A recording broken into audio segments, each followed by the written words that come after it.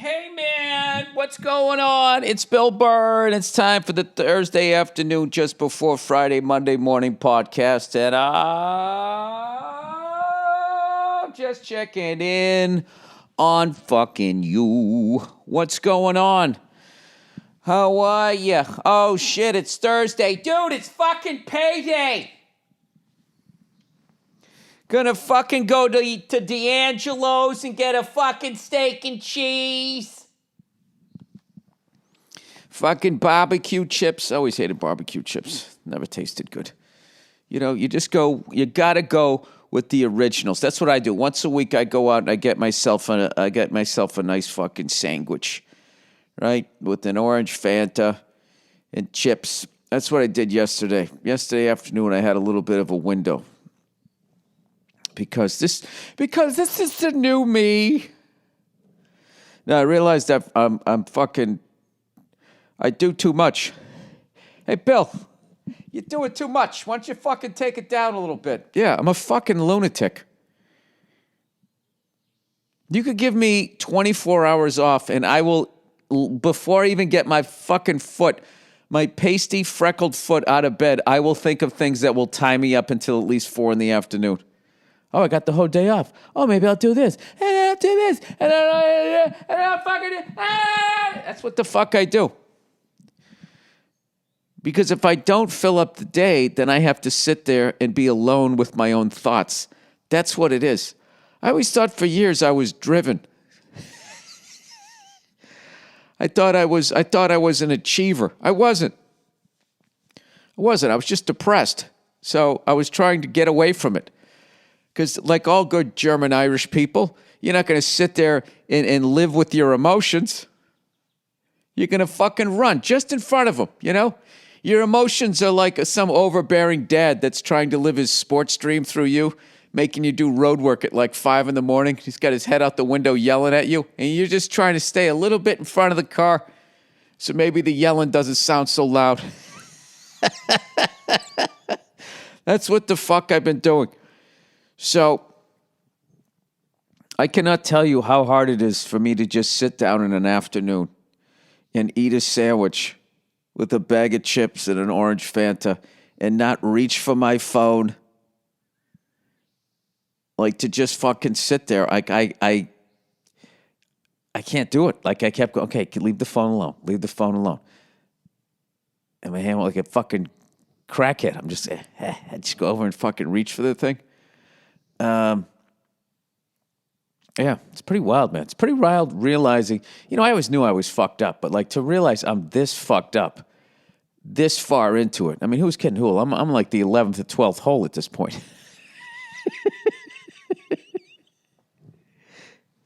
I didn't know I was going to have to go back and fucking change all the mechanics of my swing here. I had no idea. But no, I had a great talk with my wife after we had a nice one. We had a nice one. But you know, I went for a walk. That's the new me. I was like, you know what? I'm just going to go for a walk. What am I going to do here? You know what I mean? This is like being at the DMV and expecting to get a satisfactory answer. I just said, you know what? I'm just going to go for a fucking walk. Okay? I'm just going to go for a walk. I'll listen to some music. You know, and I'll just keep walking until I don't care anymore. So, you know, about 2.5, 3 miles later, you know, I start turning around, I start coming back, I feel a little dehydrated. You know, my organs shutting down, you know, prioritized whatever the hell I was upset about. And I came in, I just had this great conversation with my wife. And we got on the same fucking page. So, I don't know. I'm going to try to slow down a little bit, if you can fucking believe it. I've spent the last fucking 30 years just fucking working my ass off, which has been fun and it's been great. But I'm also realizing, like, do I want to be that? Laying on my bed?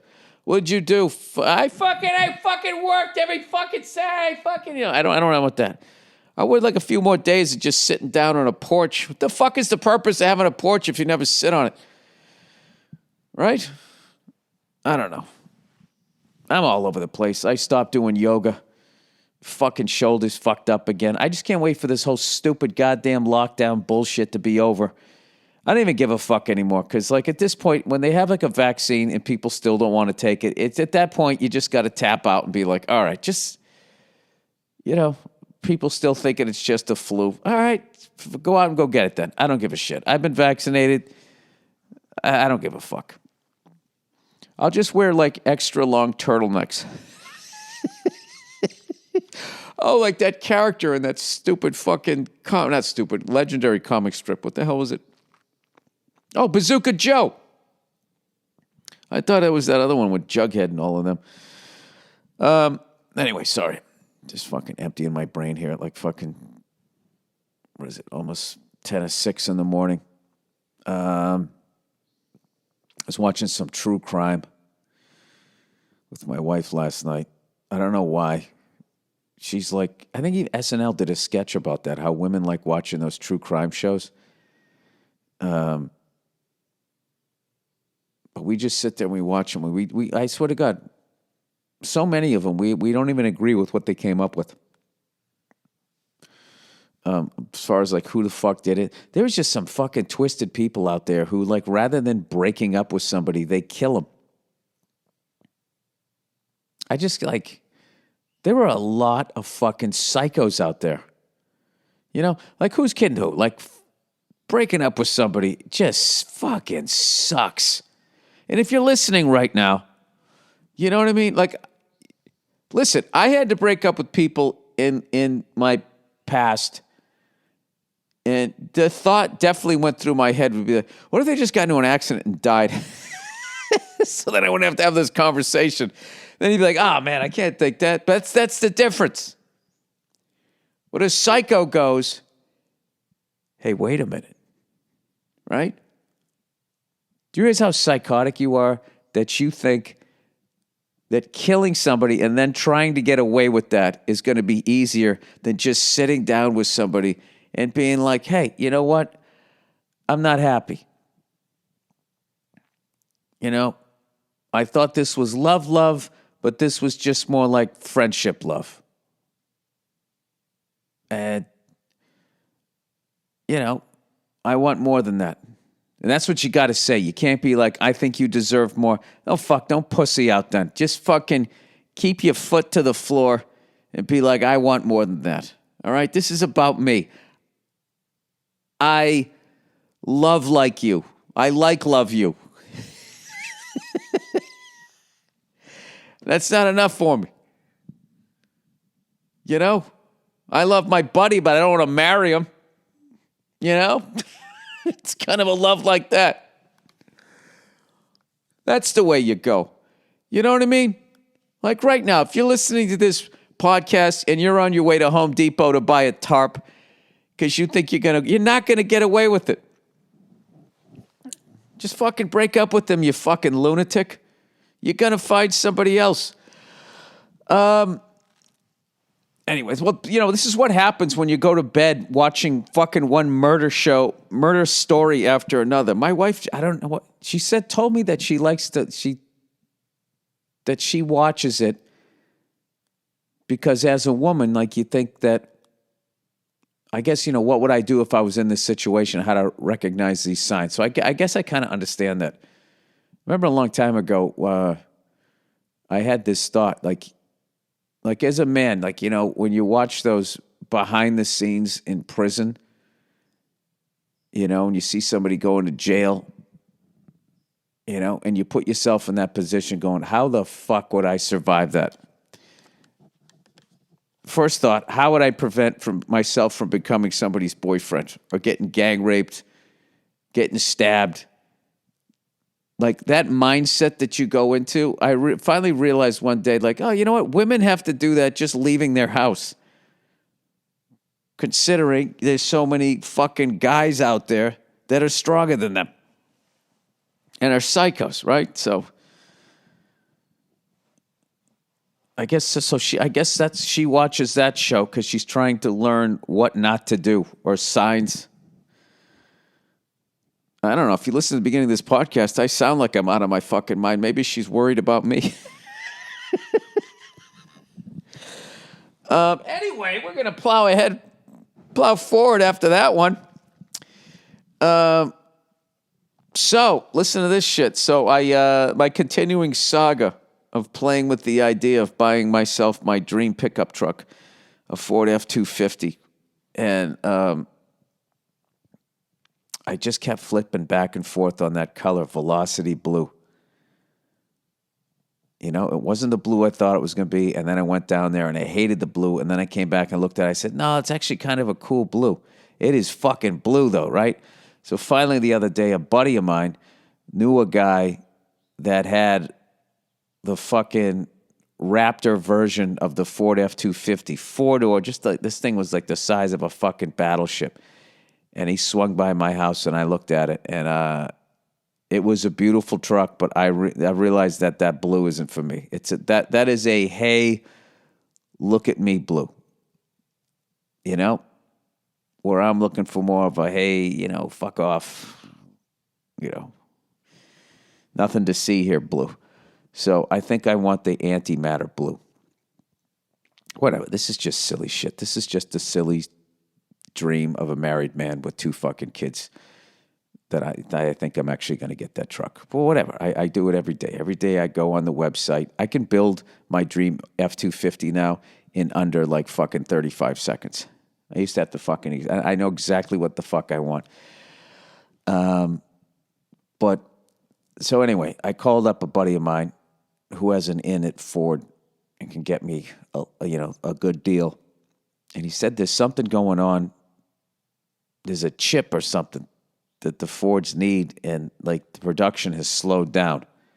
So if I was going to get one, that it would be a 2022 at this point if I was going to special order one. So, which means 2022, there might be some new colors. So now I'm waiting to see what the new colors are. It's funny, they only have like fucking, 8, 9, 10 colors. And if you go back in the day, I mean, there was like fucking like 40 colors you could choose from, two-tone and all of that stuff. These fucking corporate cunts, they just took the fun out of everything. I mean, I can't imagine, like, I would think that would be fun in the, I mean, who knows? They probably don't even have people like that, like literally physically paint them. Does anybody work at Ford or GMC, Chevy, one of these fucking places, Dodge? Like, how do they go about? Is it just a robot now goes and paints it? Because I remember back in the day when I used to watch when Fast and Loud was on. And I used to watch Casey paint cars. I remember him saying after a while how he fucking, when they just wanted to do a patina thing, how boring it was for him just to do a fucking clear coat. I mean, it's like writing with invisible ink, basically. And how, excited he would get when he got a little creative leeway to pick a cool color, and basically tap into the whole fucking reason why he, someone who paints cars gets into it, because you look at a car and you connect to it the color that would look the most badass on it. For the life of me, I don't understand why corporate people just force the masses to choose between white, gray, or black. They'll give you a red and maybe a blue, and then you're just done. All the fucking colors in the universe, they're like, yeah, go fuck yourself. These are the colors. I mean, in the 70s, you could buy an orange pickup truck. Two-tone. They had something called like fucking, listen to these fucking colors, man. We'll just pick a year. What do you guys like? Huh? Let's say 1973 Ford F-250 colors. All right. Jesus Christ, look at them. And right there's a fucking bright orange one. All right, here we go. Ford truck color. Oh, of course, this is on fucking eBay. Oh, zoom in. Here we go. All right, first of all, there was 1, 2, 3, 4, 5 times 1, 2, 3, 4, 5, 6, 7, 8, 9. 9 times 5. There was 45 fucking colors. to choose from. Now, you couldn't get these in all. Maybe there was, let's see here, 1, 2, 3, 4, 5, 6, 7 times 5. This is for Ford trucks. So you had 35 colors to choose from. They had wind blue, Baja beige, winter green, saddle tan, Tampico yellow. I've seen that with white. It's fucking gorgeous. Yankee blue, Durango tan, Tidewater aqua, Rangoon red, pure white, Fiesta tan, boxwood green. A buddy of mine has one of those. Has a boxwood green with white. It's fucking gorgeous. Sequoia, brown, poly, hot ginger. That's the one I would have got. Polly. I like to think I'm a hot ginger. Diamond green, aspen tan, royal maroon. What a maroon. Midnight blue poly, holly green, brook blue poly, Mill Valley green, Wimbledon white, that's their classic, candy apple red, bright lime, imperial red, shell white, Bahama blue, limestone green poly, diamond blue, chrome yellow. This is the last one here. Sea pine green, Scandia green poly, mallard green, harbor blue. I mean, what the fuck? And then you could get like two-tone combos, all of that shit. Now they just got iconic silver, gray, black, white. I mean, they give them cool names for the, I don't know.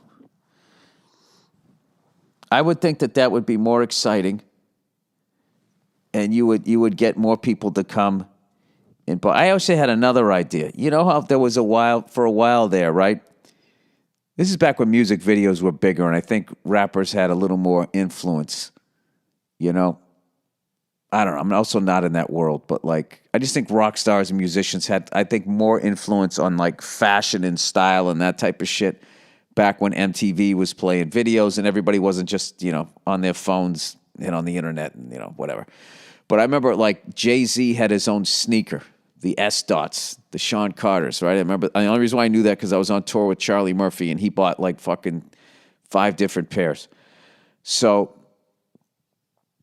and they were a big success, right? And I was always wondering, look at Kanye West and the Yeezys. Those are a big success. I've never understood why a car company never partnered up with a rapper or a rock star or a country star and built the fucking whatever, a car, the same way they had the Sean Carter sneaker. You could have a Sean Carter, whatever car he's into, Porsches, Mercedes, country star, the fucking Travis Tritt, fucking Ford F-250. I don't know anybody country music. And just, you get somebody who's a famous musician who is so into cars or trucks that they literally think they have a problem, that level of passion. And then the designers of the cars or the trucks just ask them, what's your favorite truck? What is missing? And there you go. They had the Eddie Bauer Bronco for all those years. I tell you right now, I'd bring back the full-size Bronco. And that first thing I would do is that little console in the middle. You could also, it's also a cooler. You say, no, I know, because then you'd be promoting drinking and driving. But that option's only available if you live way out in the fucking sticks. Hey, why can get people out here ride a motorcycle without a helmet? I can't have a full-size Ford Bronco with the cooler right by my elbow? I mean, shit, is this America or what?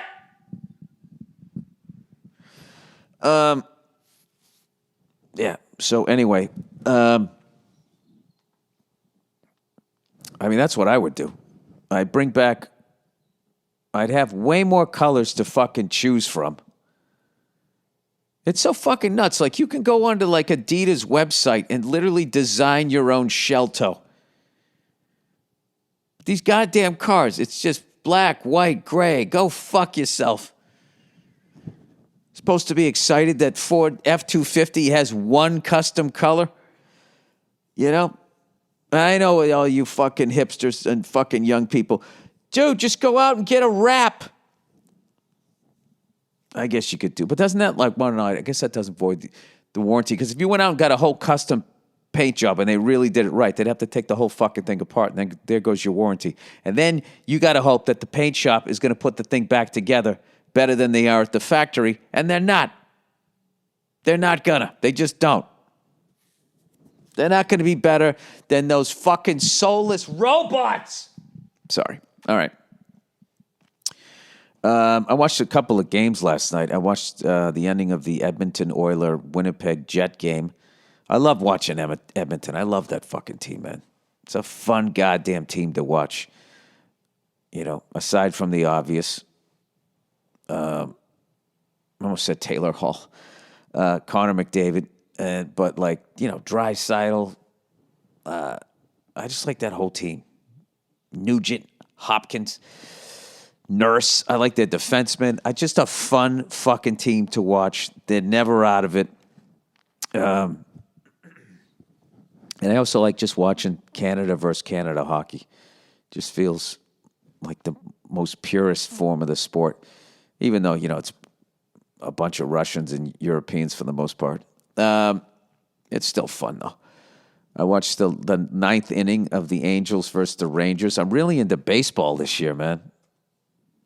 I think trying to slow my fucking psychotic goddamn brain down has drawn me back to baseball. But the Red Sox, man, 16-9 in first place. 4.5 game lead over the Yankees. As a true Red Sox fan, I completely ignore the Devil Rays and the Blue Jays, who are 3 games and 4 games out. It's not like they haven't had great teams. Rays are great every year, it seems. Fucking Orioles, man, always in the basement. When the fuck are they going to turn that thing around? They were such a great team when I was growing up. 60s, the 70s, and the 80s. They were going to the World Series. It felt like every 4 or 5 years. They won it, They won it in 66. They won it in 70. They lost in 79. Then they won in 83. And then the whole fucking thing went away. Royals are fucking tearing it up. 15-8. I love the fucking Royals. Way back in the day. Jesus Christ. They're just going to run away with that division, huh? It looks like it. 15-8. Then the White Sox are 12-10, and then everybody else is under 500. The Tribe are 11-12. Twins are 8-15, and the Tigers are 8-16. That was my dad's team growing up. He liked the Indians and the Tigers.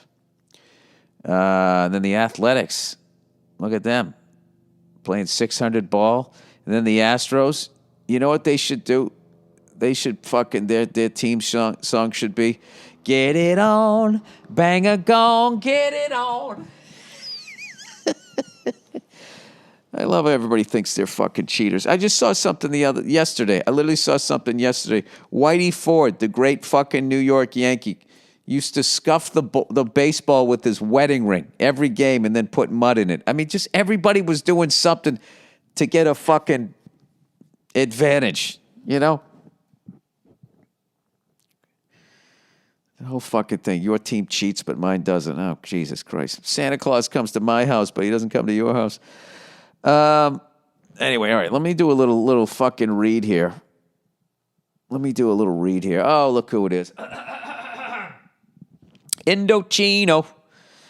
Discuss how little things or small gestures can mean a lot in a relationship. Share an example. Oh, my God. Little things are the biggest things ever. In a relationship. You know what I mean? Before you get out of bed, spooning with your wife, hugging her, telling you that you love her. Your wife, getting off her fucking ass once every fucking 3 years and making you a sandwich. Just something little like that. It's amazing.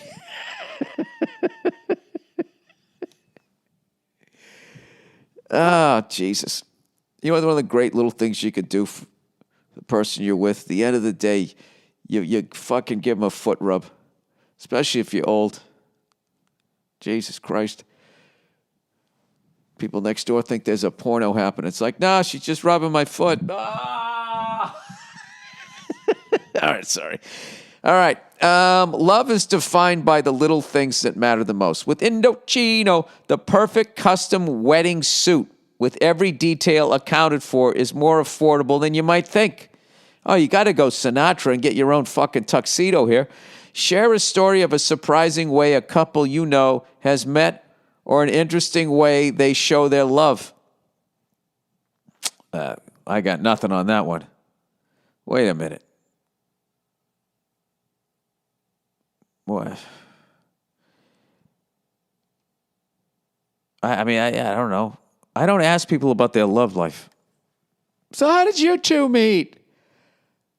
Fuck, that's such a great question. If there's ever parties anymore. So how did you two meet? Can you believe this weather? Every piece is made to your exact measurement, and you can customize every detail. I mean, I think that should be enough, Matt. So that's amazing right there. From breathable linen fabrics for warm weather weddings, Georgia, to statement linings. You can create a suit that fits and your style perfectly. Say a little something about yourself. You're not an off-the-rack kind of person. You got style. You're a person. You need people to see you. See me. The best part, Indochino's suits start at just $299 with all customizations included. $300. And you're walking down the street with a suit no one else has. Shop the wedding collection or book a virtual style consultation at Indochino.com. Right now, you can get $50 off any purchase of $399 or more by using the code Burr at checkout. That's $50 off a purchase of $399 or more at Indochino.com. INDOCHINO.com. India, November, Delta, Oscar, Charlie, Hotel, India, November, Oscar.com. Promo code Burr. All right, you got to go custom suit. If you could do a custom suit for fucking what? $399 minus $50 for $249. No, $349. Sorry. Suck at math. I mean, it's a great way to start the marriage off. She sees you coming down. Holy shit, he gives a shit. He cares. You know, and that's also a good way to find out if you're marrying a psycho. Why'd you get a custom suit? Huh? Is there somebody else? Are you trying to track somebody else already? Then you can be like, hey, does anybody have any fucking reasons this guy doesn't want to get married? I do, because she can't handle my Indochino custom fucking suit. Okay? And if you can't handle that, that is the tip of the iceberg, and there is no fucking way I'm sharing a bed with you for the rest of my life. That's really what it is. That's what it is right there. All right. Here we go. Man living alone on an Italian island to leave after 32 years. I've been living alone on an island mentally since 1974. Jesus Christ. You should see this guy, man. He looks like he's been living alone on an island, and they did nothing to try to make him look better. And then they photoshopped some fucking island behind him. This is what people looked like before there was lotion. My God, it looks like you unwrapped a mummy. I'm too vain to... Oh, he's 81 years old. You know what? He doesn't look that bad. My fault. I thought he was like 36. Well, that would mean he got to the island at fucking 32. Wait a minute. Not 32. 32. If he's 81, I'm all fucked up here. He'd be 36 years old. That's what it is. All right. So he's 81 minus 32. He moved there at 49. Yeah, I can see that. Yep. If you're going to live alone on an island, right around 49, I can see that.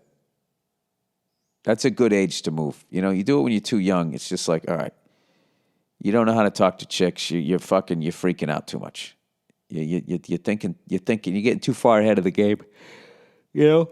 But at 49, okay, you gave life a shot.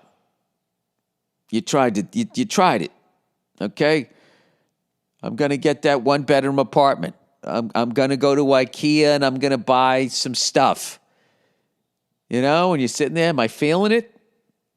Is there a sense of happiness and fulfillment? Not yet. Now, what are those, Crocs? Is that what everybody's wearing? I'll fucking get some of those. Hey, I got a girlfriend. Let's go to the Olive Garden. You gave it I'll get into the local team. I'll buy the merch. I'll know all the stats. You gave it a shot. And it didn't take. And usually, at that point, you got two choices. Well, you got three. You know? One is to roll credits, which you don't want to do. Second, you know, you turn to some sort of fucking mind-altering shit to numb the pain, which is never good. Or three, the healthiest of them all. You just fucking walk away from society. Let's listen to this guy's story. All right? Mauro Morandi, 81, moved to Budelli off northern Sardinia in 1989. Mr. Gorbachev, tear down that wall. I don't know when the fuck that... It was right around then, right? Well, he was already out by 89. That was George Bush. Not gonna do it, right? Mike Dukakis sticking his head out the fucking tank. Last year, however, Mr. Morandi said the owner of the island, which is famed for its pink beach, wanted him to relocate. Well, I mean, you know, for a guy that owns his own island, to let a guy live there rent-free for 32 years is pretty fucking cool before he gets vilified. The guy on the island, Mr. Morandi, said, I will leave hoping that in the future, Budelli will be protected as I have protected it for 32 years, he wrote on Facebook on Sunday. Oh, he loved the island and nature. I like this guy. Speaking to BBC Outlook in 2018, the former physical education teacher, he was a gym teacher, said he had always been a bit of a rebel. I was quite fed up with a lot of things about our society, consumerism, and the political situation in Italy. Yeah, he must have been real fed up if he walked away from the best food on the planet. Mr. Morandi said, I decided to move to a desert island in Polynesia, away from all civilization. I wanted to start a new life close to nature. This guy actually gets life. As fucking nuts as this guy seems, this guy gets life. Although it would have been nice if he brought somebody with him, you know. Or maybe he gets life more than me, that this guy can actually fucking be alone. Anyway, after beginning their journey by sea, he and a number of his friends, they had friends that were going to do this with him. He and a number of friends landed on the Italian archipelago, I don't know how to say that, of La Maddalena, where they planned to work and make money to fund the rest of their travels. But after arriving on Budelli and meeting the island guardian, who was about to retire, Mr. Morandi decided to stay and has remained ever since, looking after the island and speaking to tourists. Jesus Christ, can you imagine if you you didn't know he was there? It's a deserted island, and all of a sudden this guy comes walking out from behind the ferns. Is that Tom Hanks? Are they doing a sequel? However, he has faced a number of eviction threats over the years. In 2020, the president of La Maddalena's National Park, Fabrizio Fonessu, told CNN that Mr. Morandi had carried out illegal alterations to his hut. Oh, for fuck's sakes. A former radio station dating back to World War II. That's what he lived in. How fucking cool is that? A petition calling on Italian government to allow him to stay gathered more than 70,000 signatures, but on Sunday, Mr. Morandi announced the decision to leave, telling the Guardian newspaper that he would move to a small flat on the nearby island of La Maddalena. My life won't change too much. I'll still see the sea. You know, wasn't that that was a nice, heartwarming story. You know, I know he never found love. He did. He found it with the sea and the fucking island.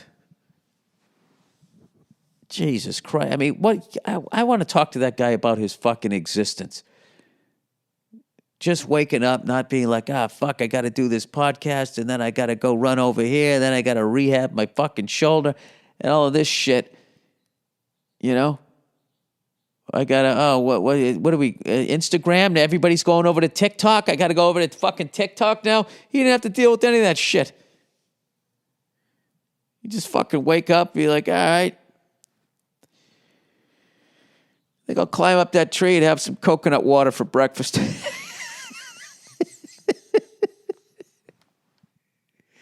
Then every once in a while being excited when tourists showed up, all of them trying to get away from jeggings and fucking Crocs and flat screen TVs, that they get on a boat and then they come out there and they see him happy as hell living in a fucking World War II radio hut. And that guy gave people a great perspective. Good for him. All right, that's it. The family's going to be getting up soon. So I got to go do that shit. Oh, Billy taking it easy. Oh, Billy slowing it down a little bit.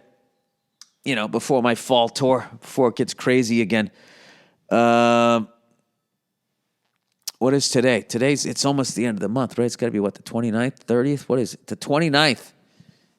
All right. There you go. 2 months without cigars or anything else. I'm thinking maybe I'll have a cigar when I fucking watch the Kentucky Derby. Although my first thought is, but then, dude, you're going to start that bullshit back up again. We'll see. We'll see what the fuck happens. I don't know.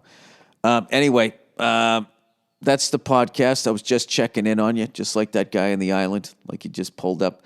Hope everything's good with you. I hope you get a chance to sit on a porch and eat a sandwich.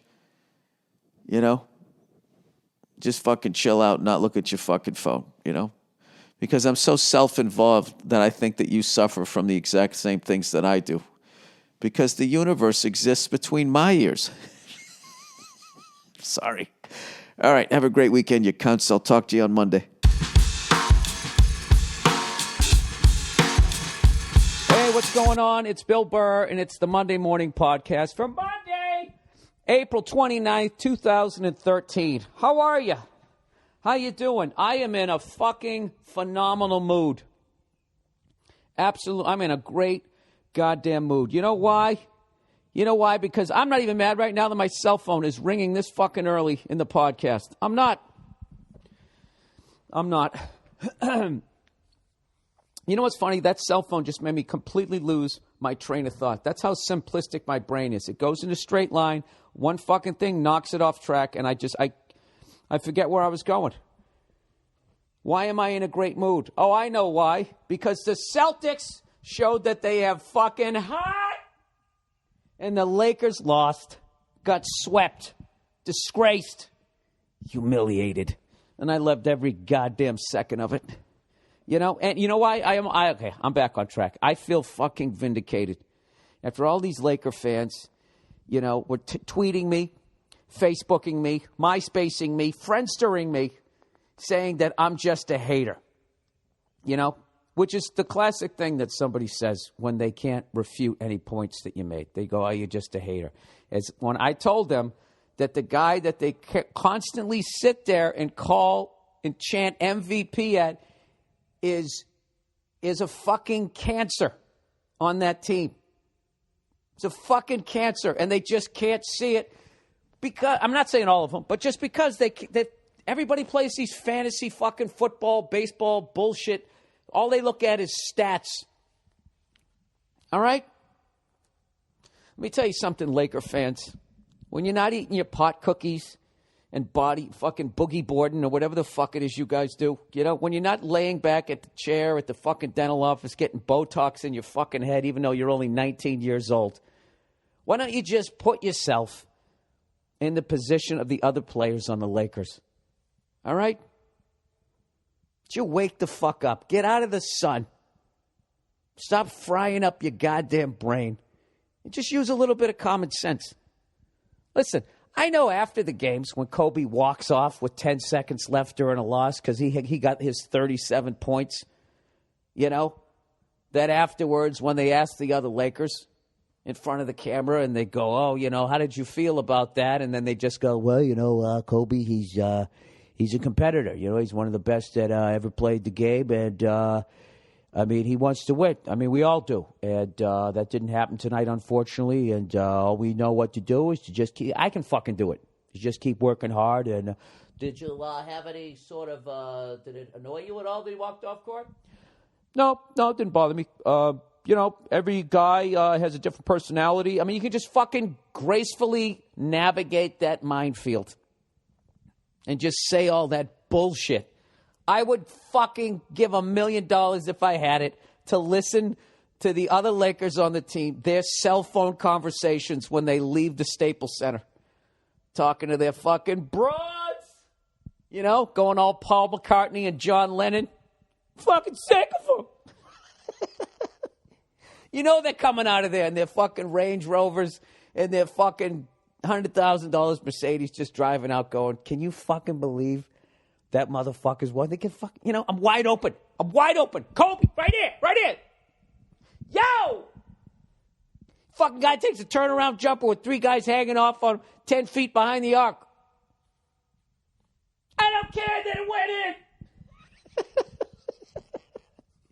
I'm telling you right now.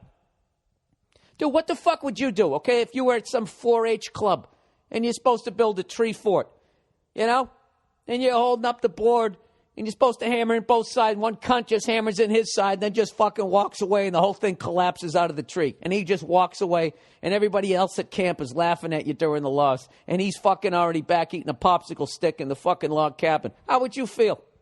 What would you be saying? I'll tell you, if it was televised around the fucking world to all the 4-H's and your goal was to continue being in 4-H's, you do exactly what the other fucking Laker people do. You just sit there going like, well, he loves building tree forts, and it's really in his heart. And when things don't go well, he gets upset. And, all we know how to do is just to get out there tomorrow. Actually, your voice would be way higher. Actually, all we know is to go out there tomorrow and try to build another tree fort. I love it. So the guy, he gets injured. All right? Now you can actually sit down and maybe watch the Lakers. Maybe get to watch Steve Nash do what the fuck he does, distribute the goddamn ball rather than pass it to Kobe and then sit there, I don't know what. What do you do with that after you pass it to Kobe? You might as well just fucking sit down, take a little cat nap or whatever. I was actually looking forward to that shit. And what happens? What is the cancer? MVP. What does this guy do? He starts tweeting during the game, criticizing the fucking coach. Laker fans, you can't read through the lines when his coach said he's a fan now. That's what fans do. And then Kobe laughs it off. Read between the lines. He's saying this guy's one of the biggest cunts I've ever had to coach in my life. Even when he's not on the court, he's still fucking up the chemistry of the team. All right? Did Bill Russell ever tweet during his Celtic career? All right. You get the point. You know what I'm saying? I feel vindicated. How about those Celtics? How about those old-ass Celtics? I was really nervous that they were gonna get swept. And I don't know. I got to be honest with you. I didn't watch 1 second of the Celtics series. I can only pick one sport, So I've been watching the Bruins, and I got to tell you, man, I have never been so fucking frustrated with the team in my life. Jesus Christ. The first 2 periods we come out, we play great. We always score. Every fucking game I watch, we score 2 fucking goals.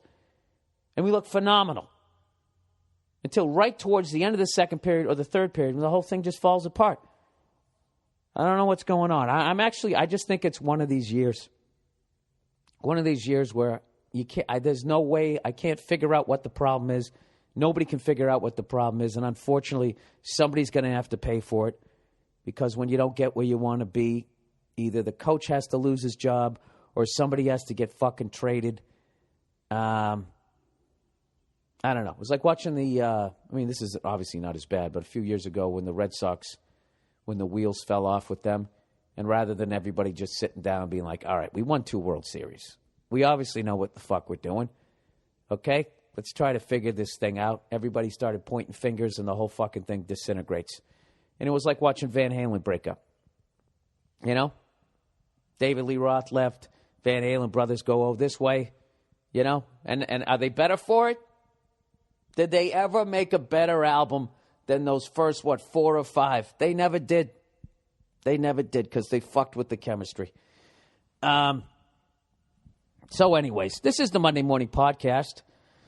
I'm your wonderful host, Bill Burr, and I got a buddy of mine, up-and-coming comedian Danny LaBelle, has a new comedy album that's coming out.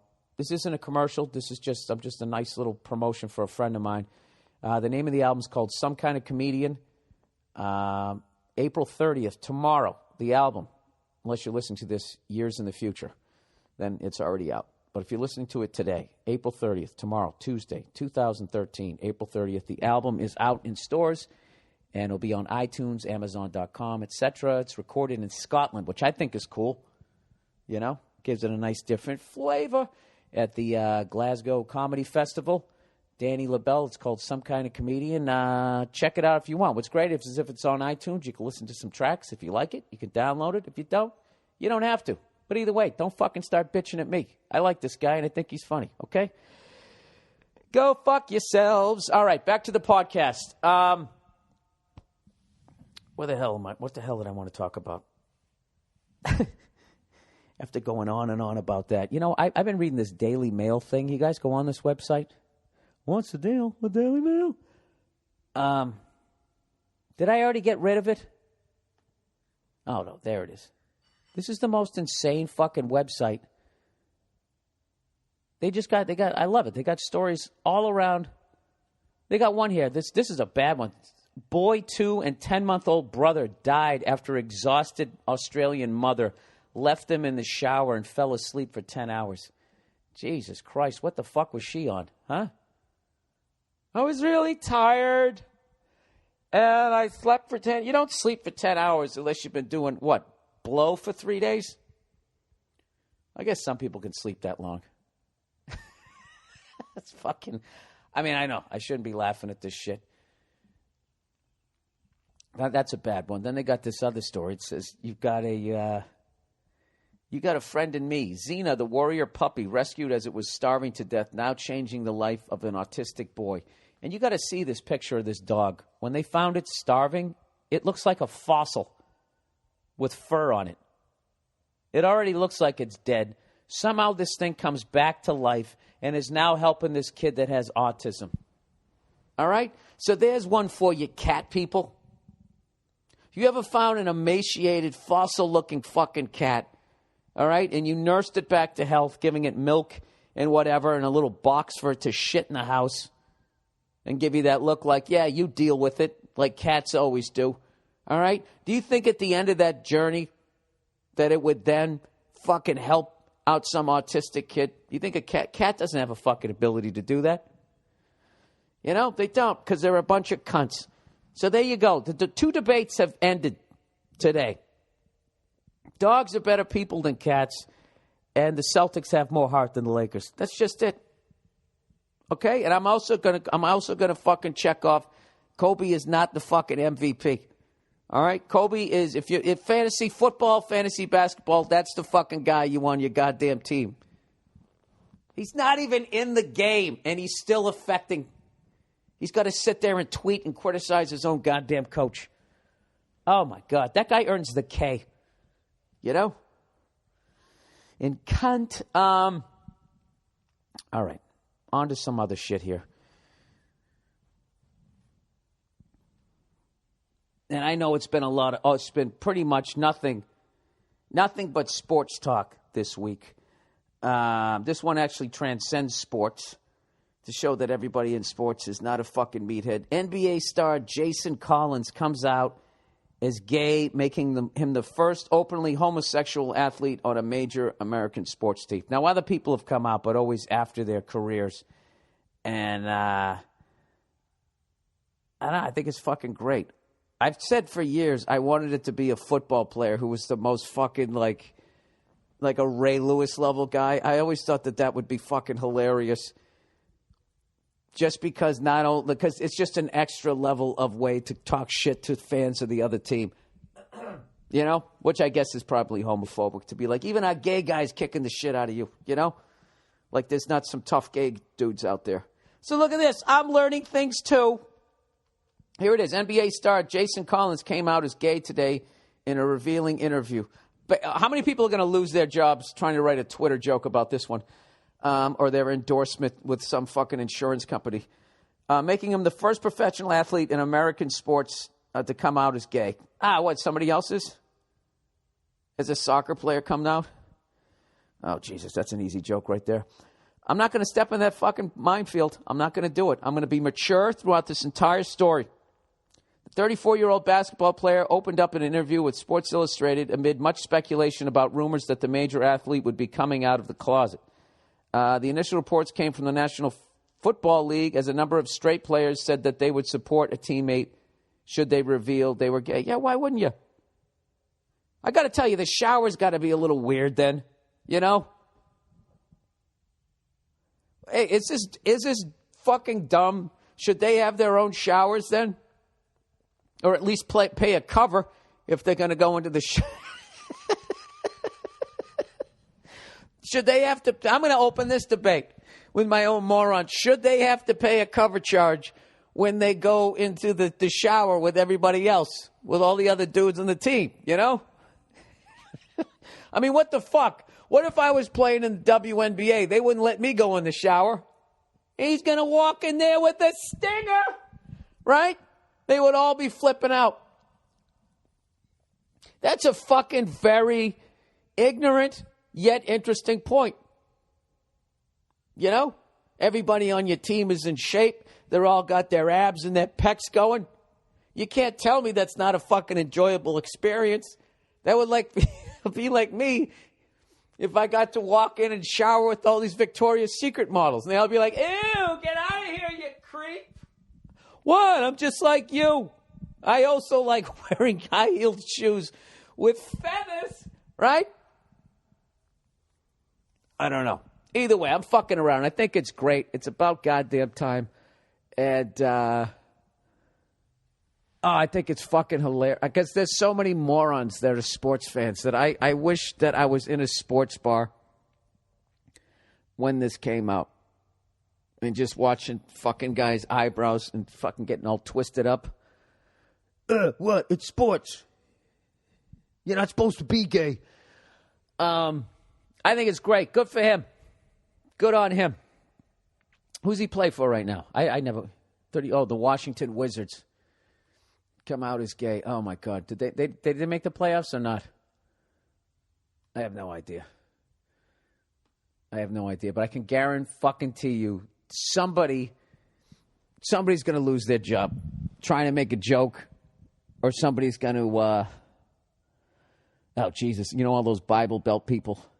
If he ever plays a game down in if he plays the Grizzly, they're going to be standing outside the team bus. You are going to hail. That's when you know you're a moron. When you fucking, you make one-syllable words two-syllable. You're going to hail. He's in bed. What's the one? And they always do the one about the chick. I can't fucking remember. My brain's fried. People, I've been on the road this entire month. Actually, this entire fucking year. I figured it out. And I can't even remember the numbers. We're something like 17 or 18 weeks into this year, and I've been to 20 cities. All right? I really don't know what's going on in the world. This is how fucking out of the loop I am. I knew that there was an explosion in Texas, and it took me 2-3 days before I read something that let me know whether it was an accident or another fucking Timothy McVeigh psycho. All right? So I do the I do the, what did I do? I did Dallas. I'll take you through my week. What was it? Wednesday? The fuck is today? I don't even know. So Wednesday or Thursday, I went to Las Vegas. And I did a private show. They go, you got a private show in Vegas. And I didn't even ask who the fuck it was for. I was like, oh, making some money? Yeah, I'll go to Vegas. I'll walk around. I'll take a fucking steam. It's the only time I ever take a steam is when I go to Las Vegas because every fucking casino has one. And it's the greatest fucking experience of your life. You know, you walk in. First of all, everybody in there is always like 80 years old. For some reason, old guys love taking a steam. The only time you ever fucking go in there, right? So I always go in there. And you got to go in there also with like an extra towel because as you're sweating the impurities out, all the impurities are sitting on your skin. And if you don't fucking wipe towel off, you just absorb them back in. Or a lot of them, the ones that don't drip off of you or whatever. So you fucking go in there. You have a great goddamn time. You and some other like fucking guy who looks like Mr. Hooper from fucking Sesame Street, you know? And you come out, your fucking pores are open, you fucking shave. You're not going to have to shave for like another 3 days unless you're one of those hairy apes. And then you go upstairs, you take a fucking nap, you sleep like a goddamn baby, right? Unfortunately, I came in too late, so I wasn't able to do all this. So anyways, typical me, like an asshole. I'm one of those, some comedians are really organized. And then you have other comedians like myself where as I'm going to the airport and either Nia or the taxi guy is going, what airline? I'm looking it up in my phone. So I get there and I go, who am I doing this private show for? And they said, oh, it's a poker tournament with a bunch of oil men. There's like 10 billionaires. The rest are millionaires. And there's a couple of bankers there. Right? So here I am now feeling like fucking Beyonce. You know, when she performed for those dictators after all my time talking about, blood money and all that shit. Here I am going out there. I should have put on a little glitter dress and danced like a fucking whore. And I go out to go do this benefit. Right? Because I just said yes because I saw the money. So right now, all my credibility, beyond me being a moron is out the window at this point because I still did the gig. Right? So I go down and I do the gig. And I got the funniest, the weirdest fucking applause break. I actually had a great time. And I enjoyed afterwards. I was shooting the shit with a couple of them. They were fucking hilarious. Like just their whole perspective. Being in Hollywood that is so goddamn liberal to then perform for these oil men. And, they're talking about, I was making fun of them talking about fracking. And like, what the fuck? It works. I don't give a shit, Poisons the water supply. I ain't drinking it. And they're all laughing. And I made some sort of reference to a bird covered in oil. And then I just started doing this rednecky character. Going, well, what the fuck? You know how to fly? Get out of the oil, you dumb motherfucker. Dude, applause break. I thought they were going to get mad. I was kind of breaking their balls. They thought it was fucking hilarious. And this doesn't make them any worse than anybody else. They're just like everybody I meet on the road. They are 100% immersed in the deal that makes them still be able to put Fruit Loops on the table. So anything positive about it, they fucking love. And that's what I've found. That's what I've learned through traveling, is that people love their own deal. And they think that their deal is the only deal and it's the only way to go. And anybody who's against it is a fucking cunt. And that includes the most liberal fucking people on the planet. If you listen to liberals talking about police officers and that type of shit, like they do like reverse Fox News, So I did that gig and had a fucking great time. And then I flew to Dallas the next day. Did a YouTube video. Made one of those tours of the city. Had a great time there. Fucking show was amazing. Crowds were unbelievable. It's a combination of crowds being unbelievable, and I've done so many shows, so I'm really on my fucking game. You know, I'm not like going up there shaking the rust off, trying to figure out what comes next. I've just been on my fucking game. And okay, well, I remember what I was talking about, trying to get to like how out of the loop I am. So I'm driving down. It's me, Verzi, and Tom Lewis, the guy who films all of my tours of cities. We're driving down to Austin, Texas, going down the 35, eastbound and down, loaded up in trucking. And Tom's like this fucking, like, he just researches everything. So we're on our way down. He's like, there's this insane bakery.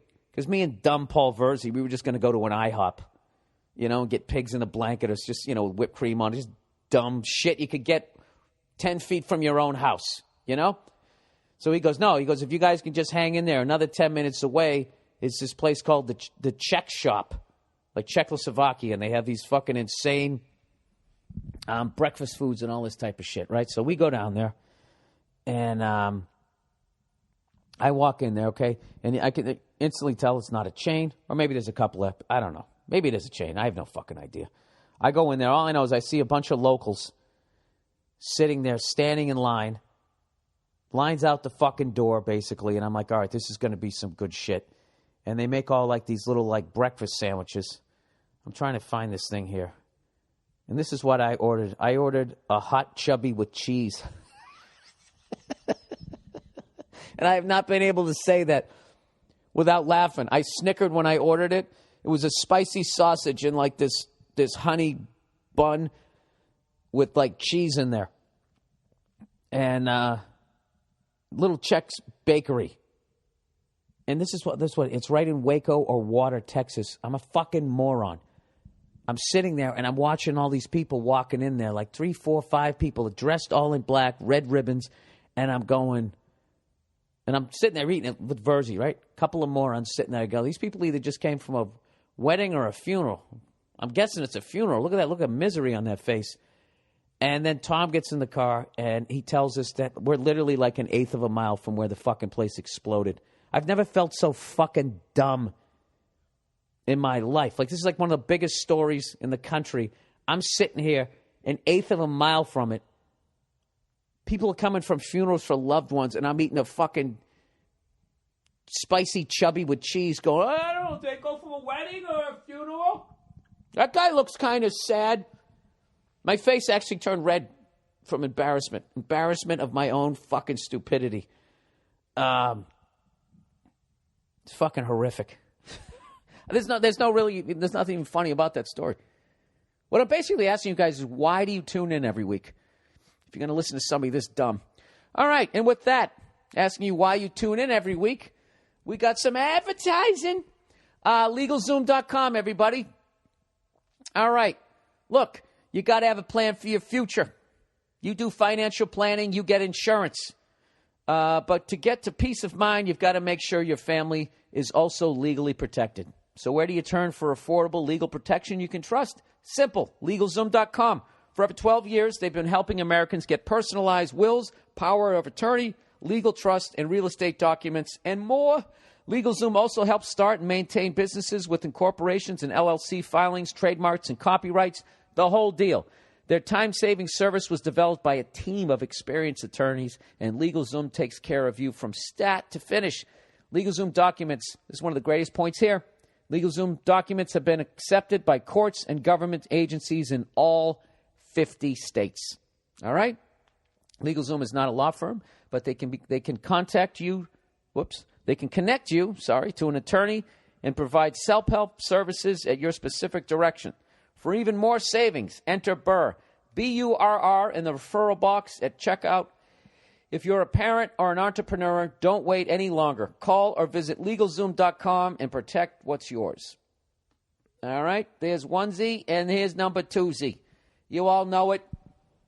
I don't know how many times they got to keep saying it. People, sit down today, look in the mirror, and ask yourself one question. Why do I keep going to the post office? Why would I keep going to the post office when I can do everything at home? With what, Bill? What could I use? Stamps.com.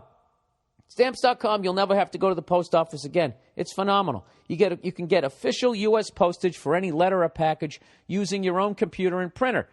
No need for one of those expensive postage meters. Stamps.com offers more features than a meter at a fraction of the cost. No hidden fees or long-term meter commitments. Save up to 80% compared to a meter. Plus, you'll never have to go to the post office again. In fact, Stamps.com offers special postage discounts you can't even get at the post office. I use Stamps.com to send out all my DVDs. And I, ladies and gentlemen, am a moron. If I can figure out how to use that scale and use my printer, you can too. So don't be intimidated if you're an oldie like me. Right now, use my last name, Burr, B-U-R-R, for this special offer, no-risk trial, plus a $110 bonus offer. Includes a digital scale and up to $55 free postage. Don't wait. Go to Stamps.com before you do anything else. Click on the microphone at the top of the homepage and type in Burr, B-U-R-R. That's Stamps.com. Enter Burr. All righty. That was painless. At least it was, well, you had to listen to my reading. So I guess, go fuck yourself. Let me close this out here. Yes, I don't want to save that. Hey, when you download stuff like this, does it slow down your computer after a while? Should I be erasing these reads every week? All right, let's get to some questions for this week, everybody. Dear Bill, really enjoy your humor in the podcast. Well, thank you very much. That's very kind of you. But please stop telling people to pay off their homes and to not refinance when the bank calls with a new loan vehicle that saves them money and is a no-brainer. I am a real estate appraiser. Oh, of course you are, you cunt. You're in the business. If these people stop refinancing, I'll be out of a job. Oh, I get it now. I just turned 50 and have no other skills. So unless I can open for you on the road, what do you say we take it easy on this fragile economy and keep a lid on the unemployment? Thanks. So to save your job, you want me to look the other way and tell all these people to fucking refinance? And even though they're 6-7 years into their mortgage, you want me to start them right back at the beginning at payment number 1 for 30 years?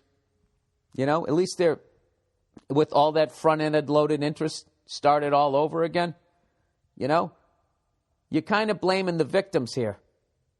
I don't understand how we all ended up under the thumb of these bankers.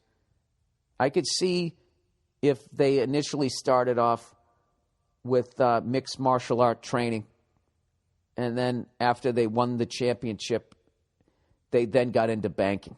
Then I could see why everyone would be so afraid of bankers. But the fact that they're just a bunch of pencil-pushing jack... When's the last time you saw a tough banker? And I'm not saying they're not out there, because I know I'll get emails. Dude, you see this guy down at the local branch? This kid could have gone pro at left fucking tackle, but he blew out his knee. Are you actually trying to tell me that it doesn't save them money? That's the illusion of it. It lowers your mortgage payment for the month, but it prolongs your interest. And in the long haul, you end up paying way more money. And you're asking me to co-sign off on years more of indentured servitude to these banker cunts. I can't do that. I have ethics. I do private shows for oil men and bankers. Listen, sir, if you can write me back, we'll make this a two-parter. If you can write me back and tell me how that's saving them money. And don't do that, well, they were paying $2,000 a month for their mortgage, and now their minimum payment is $1,700, so it's $300 off. I want you to do the math. Go through the 30 years of it and their interest and all that, okay? You're not going to be able to write me back and say that they're saving money. They're not. It's a fuck over. And it's a very easy fuck over to read that when the bank reaches out to you and says, hey, you want to save money? Hey, listen, we were sitting here trying to figure out how we could make less money off of you. It's a fuck over. All right? I've already done my filthy deed this week. Tap dancing for a bunch of fucking oil men. Who the fuck am I kidding? What am I supposed to do? Have I come up with some sort of alternative fucking source to help your car going? I don't know. Whatever, sir. I'm one of the biggest hypocrites you're ever going to find. I know your deal. You want people to refinance so they can what? Continue making their payments? Listen, whether I tell them to do that or not, like none of the laws got changed, and the banks got these houses back to do it all over again. I told you that story a few weeks ago. The guy who sold me my house, he goes, dude, you bought it the perfect time. You can get like another $50,000 for your house if you sold it today. He goes, the market's exploding. And he goes, I've never seen anything like this. It's like, what are you talking about? You've been selling houses for 10 years. You lived through the fucking biggest bubble ever. And oh yeah, you think so? He doesn't give a fuck. They don't give a fuck. So don't fucking come at me with your hat in your hand and talk about this fragile economy when you know what you're doing out there, all right, with your fucking 3-card money. Jesus, that got a little chippy. All right, hair loss or sex loss? Bill, I'm sure you've heard of Propecia. Heard of it, I used it. I used it, and when I ran out of it, I just had that honest moment with myself. And I was just like, there's no way there's not going to be a side effect. Okay? There's no way. There's just no way. There's no way this thing, okay, I'll save my hair but damage my liver. What do I need more? A full head of hair or a functioning fucking liver. You just got to bite the bullet and turn old. Just age gracefully. I try to keep my hair short. I try to offend as little people as I go through the slow process of seeing what my skull actually looks like. He goes, I have a lot of friends on it that say it sort of works. Definitely slows down hair loss by doing something. However, apparently the drawbacks is no boner. Oh, is that right? I don't know either way on that one. That's some barroom stuff. I think that can happen to some people. I have no fucking idea. He said, so do you choose hair to get sex or choose no hair, which might mean no sex? Is this some sort of sick joke by the pharmaceutical companies? No, you're fighting nature. Listen, dude, I'll tell you right now. All right? There's women out there that think a shaved head is sexy. Not all of them, but there's enough. All right? There's enough out there that you can keep going out banging women. Some women find a shaved head fucking, they like it. Turns them on. So, listen, this is the great thing about women is they can see beyond what you look like. Okay? If you come in there and you got a little swagger and you're funny and you're fucking, shaved head shows confidence, dude. You're like, fuck it, preemptive strike. You guys are walking out on me? Well, you know what? I'm kicking you out the door. And you take out your clippers. I buzzed my head down a few years ago. I fucking loved it. And I took all the jokes. Oh, when you're a cancer patient, fucking make a wish, blah, blah, blah, blah. And it peters out after a couple weeks. I don't know. I go back and forth. I mean, I go literally from doing, maybe I'll do the fucking hair transplant to all the way back to I'll fucking shave my head again. I have no idea. But I got to be honest with you, dude. It doesn't. The vibe you're bringing is going to be way more. Listen, do you really want to get with some girl who's with you because you have a fucking a nice big cowlick on top of your fucking head? And if you didn't have it, then she wouldn't be with you? Going bald is like driving a piece of shit car. It really keeps the whores away from you. All these fucking idiots with full heads of hair driving around in flashy cars, you see what happens to them. Look what happened to Mel Gibson. He should have just gone bald, but he didn't. He kept fighting it, doing shit up there, drove around in a flashy car. I had to give up my fucking Laker tickets. Flipping out. You know what, dude? Yeah, don't take those fucking drugs. Those drugs are brand new, and the side effects that they're talking about, I'm telling you, is just the shit that they're letting on to cover their asses that they said that there was some side effects. Okay? From what I've overheard in bars, the people on the FDA, half of them used to work for these pharmaceutical fucking companies. So they got the nuts running the fucking nut house. All right? And you're just going to be, you're going to be a little lab rat if you start taking that shit. All right? So I would suggest not doing it. Let nature take its fucking course and do what I'm doing. Wait for the cure. And I guarantee you, it ain't going to come. So just fucking man up and go bald, you fucking pussy. Okay? Do what I'm doing. Just slowly let it happen. A year from now, I'm going to have fucking hair plugs, and I'm going to be performing for dictators for a New Year's Eve gig. Be best friends with Beyonce. I didn't see my itinerary either. I didn't know who it was. I literally used the same excuse for performing for Oilman. Anyways, loner. Hey there, red-haired reindeer. Love everything you do, and listen to you as you has changed my life. Jesus. All right, now this one isn't going to be on me. Love everything you do, and listening to you has changed my life. Sorry, that is on me. However, although I am more comfortable being myself now than I was before I listened to you, I've got a dilemma. I don't know why, but I don't leave a lasting impression on people. Oh, God, dude, that's one of the saddest things ever. You just said you're forgettable.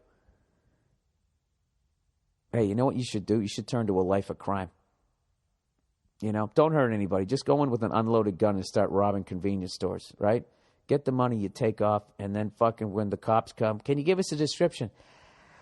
Yeah, you know, that's the funny thing about him. You know, I don't know if it's because I was so scared or the fact that he just was just so forgettable. I know he had an arm because he was in a hand because he was holding... Anyways, I go to a community college, and for some unknown reason, my personality doesn't attract anyone. I lost all my friends from high school. They all moved on with their lives, and the people in my college don't notice me. I'm very eccentric. Jesus Christ, dude, you sound like you should be on some list here, man. Please tell me that you're not going to fucking start reading about chemicals. All right? He goes, at work, everyone loves my crazy-ass personality and my spontaneity, but these two-faced cunts are such liars. They always say, oh, we should hang out, but every Monday I always hear about their stories of them going out without me. I've tried to make plans, but they easily flake. Please, Bill, your podcast keeps me sane, and you can only make sense of this. P.S. You know that polite fake personality everyone has when they first meet someone? What if a girl has that personality only around you and no one else? Is she uncomfortable with you or likes you? Oh, Jesus, dude. Jesus. All right. Oh, fuck. Oh, how do I re-enter this fucking atmosphere without burning up? Listen, this is what you got to do, okay? You can't give a fuck whether people hang out with you or not. All right? If I had to guess, I'd say maybe you're trying too hard. You know, take a deep breath, just fucking relax. Come in on Monday, say what's up to people, and go about your business.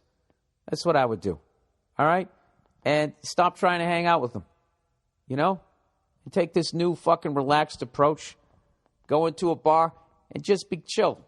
Don't have a crazy-ass personality and be spontaneous because I think I'm reading into that. You're trying too hard and you're freaking people out. Just fucking chill. All right? Just fucking chill out and relax. If that girl has a fake personality around you, that does not mean she likes you. I think you're freaking people out a little bit. I'm not trying to criticize you here. I think you're just trying too hard because the fact that your friends from high school took off from you, you might be a little self-conscious. So now you're questioning who you are and you're trying to fucking ramp up to this energy level that you're not normally at. So it's weirding people out. So I would just fucking chill, you know? But please do not fucking go to work and do something crazy because there's a lot of that shit in there that made me fucking worried about you. All right? Just fucking, I'm telling you, just like I said to that dude going bald, just fucking go bald. You know? Somebody makes a joke about it, you laugh. Yeah, it's fucking awful. God bless you and your full head of hair. And then fucking make fun of this shirt. There you go. I hope that helped out, sir. All right. Viking twins. And oh, Jesus. Viking twins and Jesus. Bill, I know you're tired of relationship advice, but maybe this will be different. Here's the deal. I'm having goddamn twins in September. Well, congratulations. I've been married for nearly 6 years now. I love my wife, and I'm definitely stoked on having children with her. However, while she is a Christian, I am not, and I am a little concerned. And then what does he write? All fucking Greedy? Oh, fucking ready. He wrote that all as one word, everybody. If you think I'm dumb. And he wrote all is A-L. No spaces, okay? Stop rolling your eyes, feeling that you're smarter than me. He says, I'm a little concerned about what our kids are going to learn if we decide to go to church and whatnot. I'm just not sure that I want my children to learn about hell and sin and all that other bullshit. That's just not a story for fucking kids, you know? Like, you better be good, or when you fucking die, you're going to burn for goddamn eternity. I want my kids to be happy. I don't want them expecting a bitch slap from some imaginary figure if they tell a fucking lie or something. Kids should be innocent and full of wonder and gay and all that shit, you know? That's so funny how guys can't just write happy stuff. You got to somehow tap out, you know? They should be happy. They should go sledding and all that shit, you fucking cunt. You know, we always got to do that. Anyhow, I'm not exactly sure what Nia believes, but if you guys had kids, would this be an issue for you too? No, neither one of us goes to church. So we're going to go to hell. Another problem is that either way sucks. If they believe in hell, they'll live in fear. If the little shitheads believe what I believe, they'll think they're just going to goddamn rot in the fucking ground and disappear when they die. So they'll be bitter, cynical, and fucking miserable, just like their father. Now, I disagree with that, because I think you just go into the ground. That's what I think, but that's not why I'm bitter and cynical. I'm bitter and cynical because of, like, that fucking email that I got from that 50-year-old real estate guy who wants me to side with the banker cunts. And no one will pick up an axe and go into these gated communities and get these pencil-pushing pussies. You know? And every fucking week we work and we got to take our fucking check and take it down to the goddamn bank and give it to them. You know? Acting like this is a safer place to have than stuffing it in your mattress. You know? You might as well stuff it in a mattress. You're never going to walk in and your mattress is going to have a lock on it and be like, yeah, fucking that's closed. Go fuck yourself. And I know what other people are saying. Well, you know, what if somebody breaks into your house? Does anybody look under the mattress at this point? It's such a cliched place to put a couple $100. You know, I don't fucking know. You can't win. That's why I'm cynical. That's why I'm cynical, okay? Because, you know, I'll talk to hockey fans, okay? And they'll have the biggest dirtbag piece of shit intent to injure guy on their team, but because he plays for them, they don't give a fuck. And they'll put him in their ring of honor. And then if somebody does something to their team, then they're flipping out going, that guy should be out of the league. That's why I get bitter and cynical, is because it's depressing. It's depressing that the amount of people that just look out their own heads. And, you know, if it's good for me, then it's fucking good, and I don't give a shit. And they, you know, they lack empathy. That's why. But not because you're going into the fucking ground. So I wouldn't equate it to that. Anyways, my solution thus far is just to go Norse, you know? No, I don't. Die in fucking battle, sons, and you'll get to be members of the Enerhard Jar. I don't know. Is this some Lord of the Rings shit? Fight and die every day, only to be resurrected at night to feast with Odin in Valhalla. I don't know what any of this is. Something when you and your fellow ghost warriors fight the fucking wolf Fenrir until the end of time. That's a badass speech if I knew how to fucking pronounce it. That's one of those things where you're walking around with that thing on your arm for a falcon to land on. And when you go to shake hands, you grab the other guy's forearm. He goes, I think that's the way to go. I have absolutely no idea how to really relay these concerns to my wife without offending her. Yeah, I mean, considering you're writing me, I get it. But I think I care enough about my kids to make this an issue. My kids are going to be completely mediocre and never accomplish anything. There's no need to heap... Oh, what? My kids are going to be completely mediocre and never accomplish anything. There's no need to heap hell on that pile. What do you think? All right. Well, I was with you until you said your kids are going to be mediocre. You can't say that to them. You got to give them that head start. You got to build them up. And see, now I got to talk to you about two things. I mean, I don't know. You're really far down the fucking road. 6 years in, and now you're having kids to finally bring up the religious issue. This is really something that should have been discussed before you got married. But I get it. You fell in love with this person. You can't pick who you fall in love with, as they say. I would just sit down and tell her what you told me. And then when she was like, well, why did you bring this up 6 years ago? Use the line I just said. Just say, because I love you. I saw you, and I there's nothing I could do. I fell in love with you. I think you're great. And, now I just want to discuss this with you. And I'd like to do it without you crying and making me feel like a bully, because these are half my kids too. So what if once a week, every other week, you scare the shit out of them, and every other week we go into the backyard and I dig a hole and go, that's where you end up. You can sort of balance it out. Yeah, dude, I don't know how to do it other than you just have to sit down and talk to her and just say, listen, I don't mind spirituality. I don't mind, believing in a higher power and everything, but I really think it's a lot to heap on the whole heaven and hell thing. And I think when they're young enough, when they go to church, they're just going to be bored and not know what people are talking about. And I think it'd be a great thing for their self-esteems if you and I didn't drive away and try to communicate all that hell shit to them.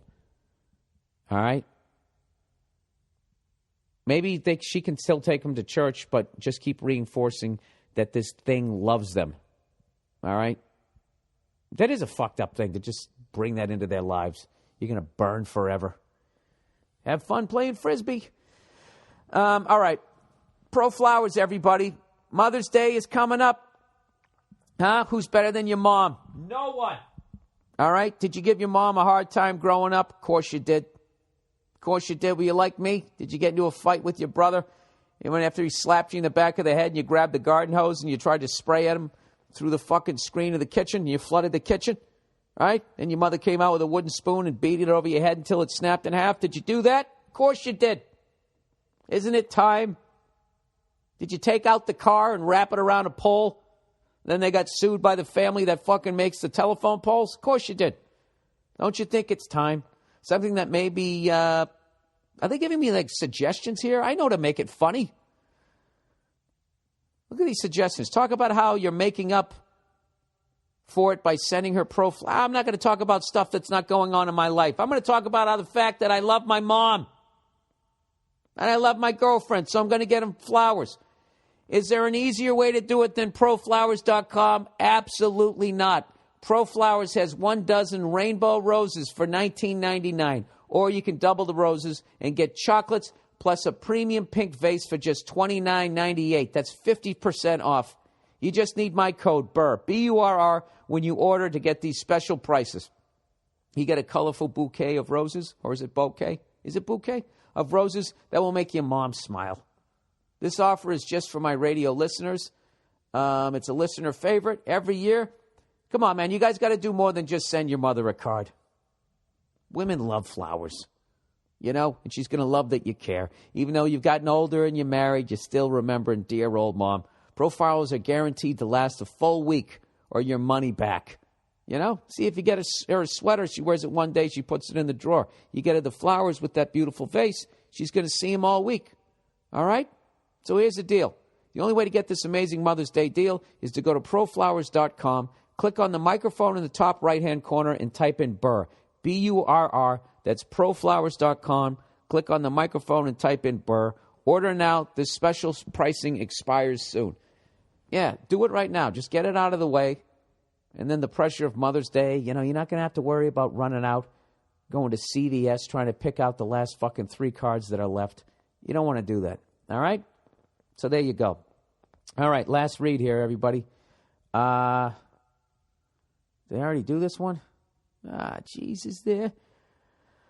eVoice. Oh, I like this one. eVoice is the reason you're going to make more money in 2013. How do you like that for confidence right out of the gate with their copy? They are the reason you're going to make more money. When your customers call, you'll have your own toll-free number, professional greeting, dial-by-name, directory, and more. You'll sound like a Fortune 500 company and blow away your competitors. You'll sound like a Fortune 500 company even though you only have 3 employees. You could just have 1 employee. And they'll make you sound like you got this giant factory already and you're somebody to get in business with. eVoice lets you give out one number that rings wherever you are, the beach, the bar, it doesn't matter. You'll sound like you're at the office.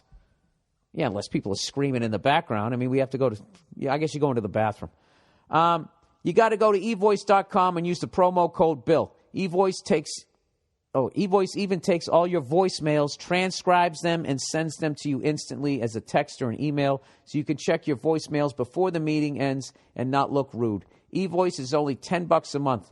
For a long time, my listeners have been able to get free trial of eVoice for 6 months, but that's about to come to an end, okay? So, guys, make sure you sign up for your free trial of eVoice between now and the end of the month, which is literally tomorrow, and get your 6 months free trial before it's too late. Come on, guys. I want you to get you out of them cubicles if you want.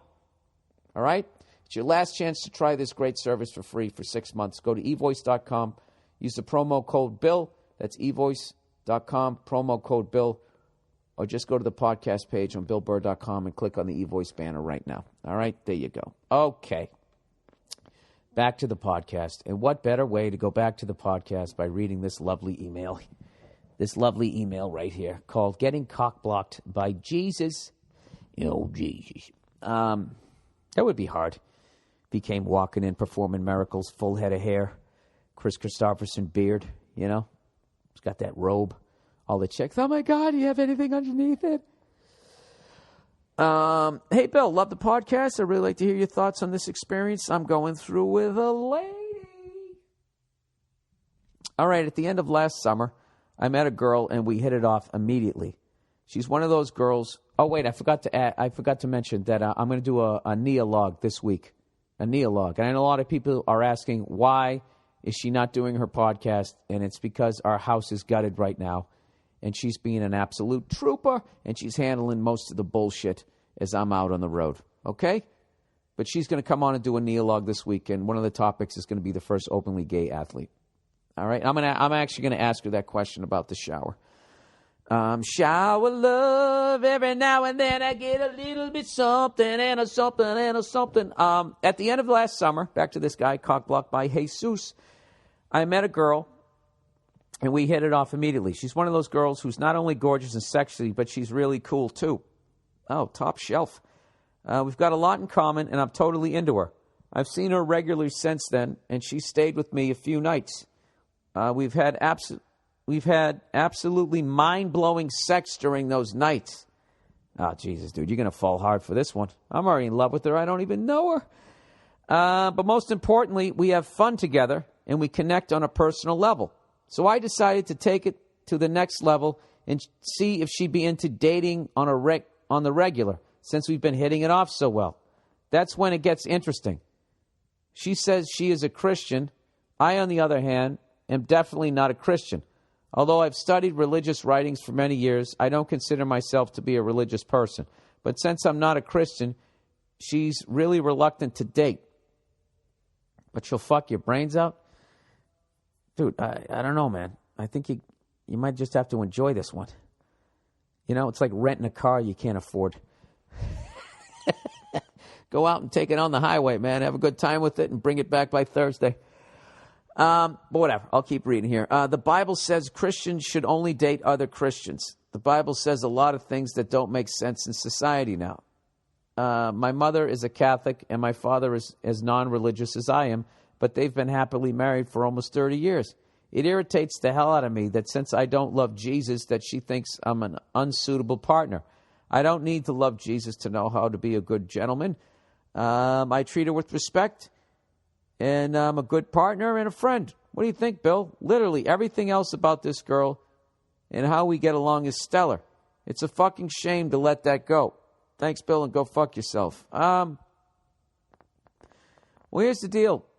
I would present your argument, and if she still has a fucking problem with it and she just won't do it, then you know what you got to do? You got to walk away until your heart gets crushed by this girl. Or even worse, you talk her into something by just wearing her down into something she doesn't want to do. And then you're 6 years into your fucking marriage having twins like that other poor bastard, and you have to have that other problem. That big fucking conversation. Okay? She's getting older, so, you know, she's going to have a couple of kids. She's not going to be rocking your fucking world. You know what I mean? You got a beer belly, so all the looks and all the hot sex is out the window, and now you're just fucking with this person. All right? That you don't line up with religiously. So that is a big one. That is a big one. So that's what I would do. I would sit down and I would present my argument to her. And just lay it out there. Just say, listen, I really like you. Beyond a physical thing. I like you. You know, and I'd bring up the thing you said about your parents and they still get along. And then just say, but look, I don't want to get emotionally involved with you if you can't look past the fact that I don't believe in the bearded baby. That's how I'd leave it. And then you know what? If she has a fucking problem with that, then you walk.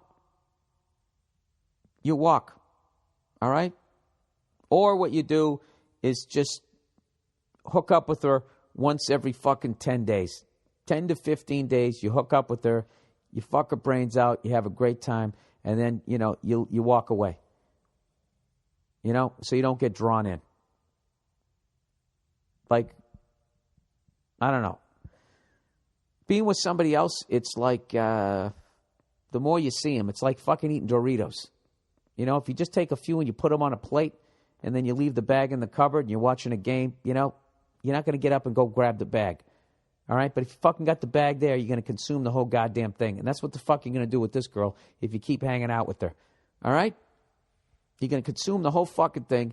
You're going to be totally invested with your heart. And then she's going to walk away because you don't want to get fucking dirty fire ash put on your forehead every fucking February. Then you're going to be crying in the fetal position, and you have to spend fucking goddamn year or two of your life trying to cry this bitch out of your heart. You know what I mean? Sit down and have this conversation with her. There you go. All right. Netflix documentaries. Hey, Bill, just listen to a recent podcast. In the podcast, you mentioned that you like documentaries. I love them.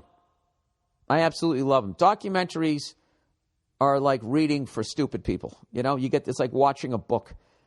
Unless you watch those Michael Moore ones or that one that guy made about Nirvana. You know what I mean?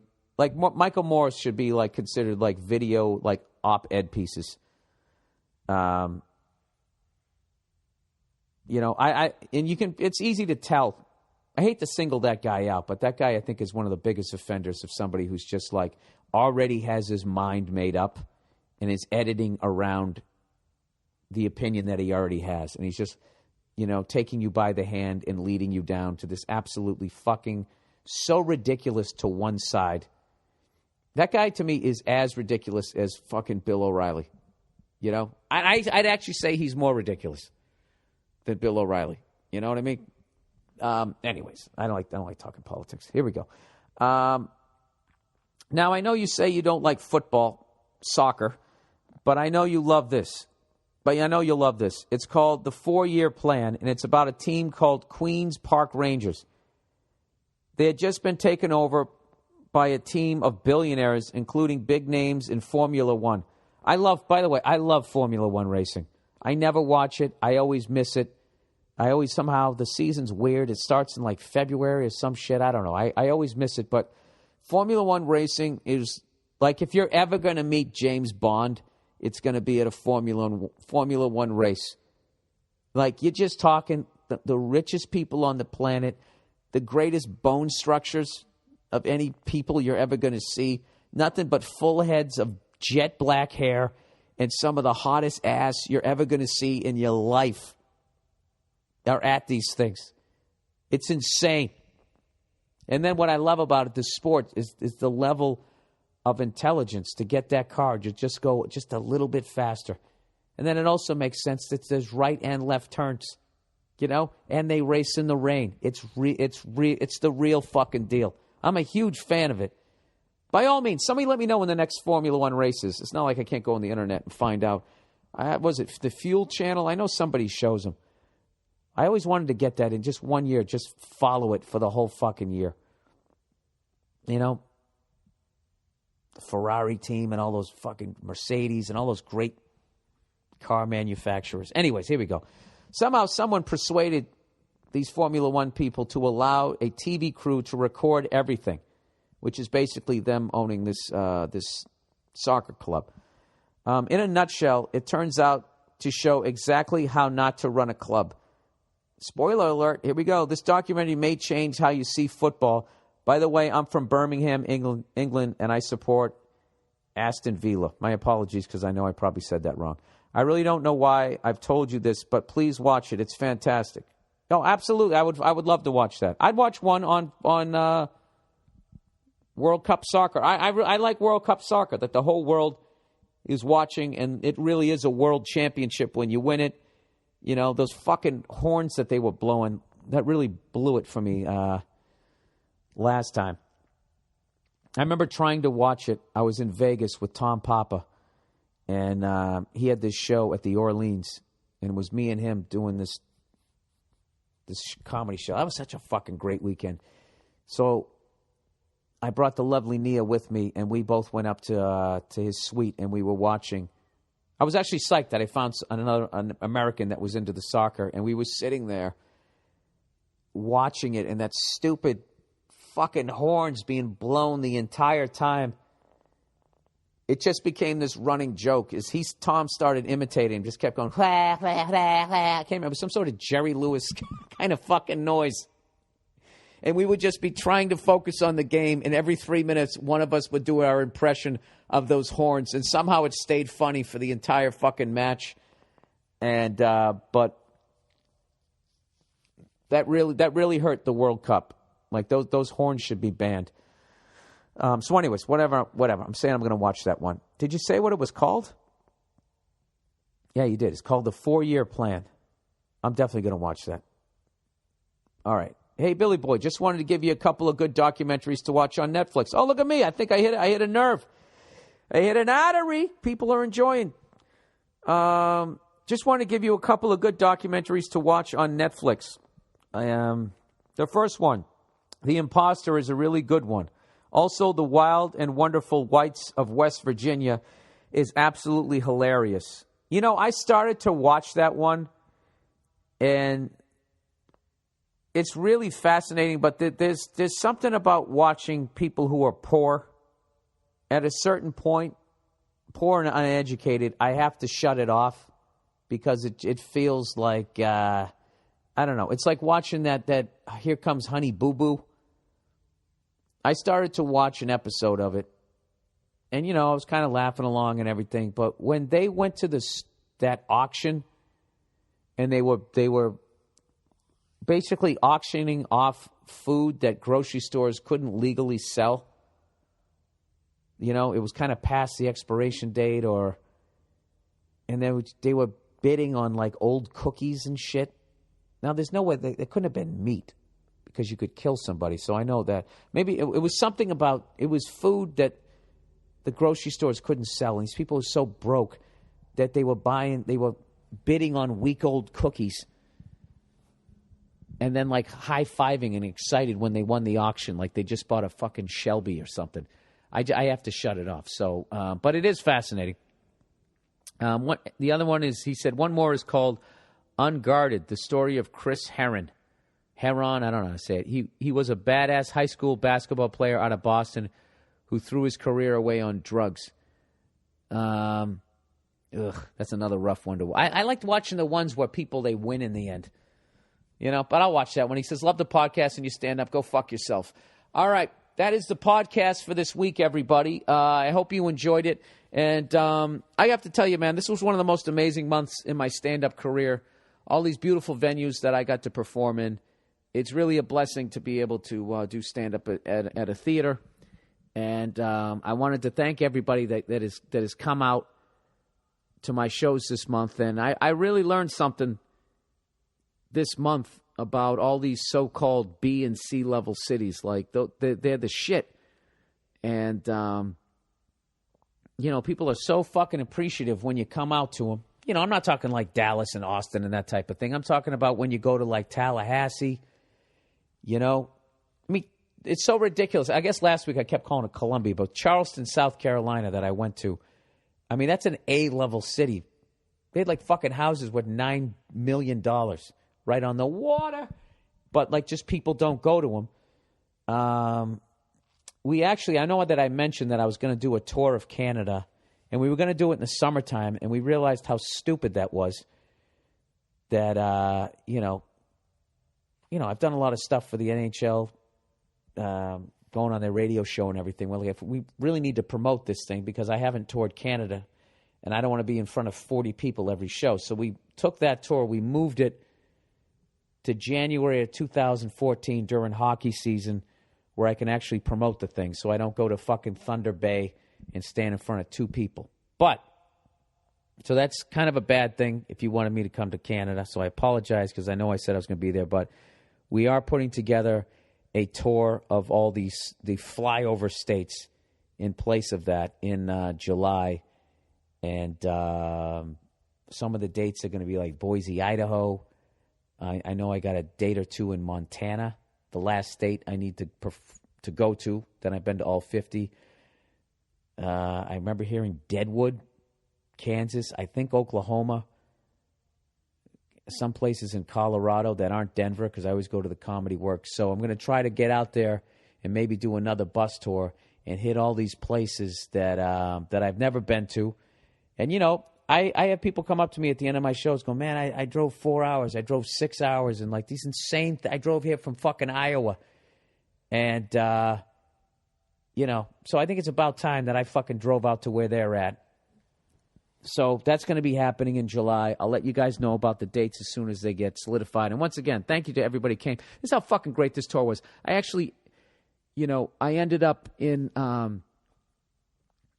Kansas City at the Midland Theater, and the promoter's girlfriend made all these cookies with my name on them and said the Midland Theater, thanking me for coming out. It was one of the nicest fucking things anybody has ever done for me. You know what's so funny? I have such a fucking sweet tooth. She made like 20 of them. I took them all home. I stuck them in my luggage. And some of them broke. But I have such a sweet tooth, I put them in this fucking Tupperware. I even poured the crumbs in there. So my battle of not being old Billy Fatface, I'm fucking losing it. But and as much as I appreciated that, please, somebody else don't do it to me because I'll become a tub of shit if somebody gives me cookies after every fucking show because I'll eat all of them. It's an embarrassing weakness that I have. All right, that's the podcast for this week. For people who want to get into the NHL playoffs start tomorrow, I believe, April 30th. And I'm ride or die with my Bruins. And I'm hoping just something because it's the playoffs that they can somehow put together 3 good periods. I don't give a fuck. I'll always watch them. I love them. Go fuck yourselves. That's the podcast. I'll see you next week there.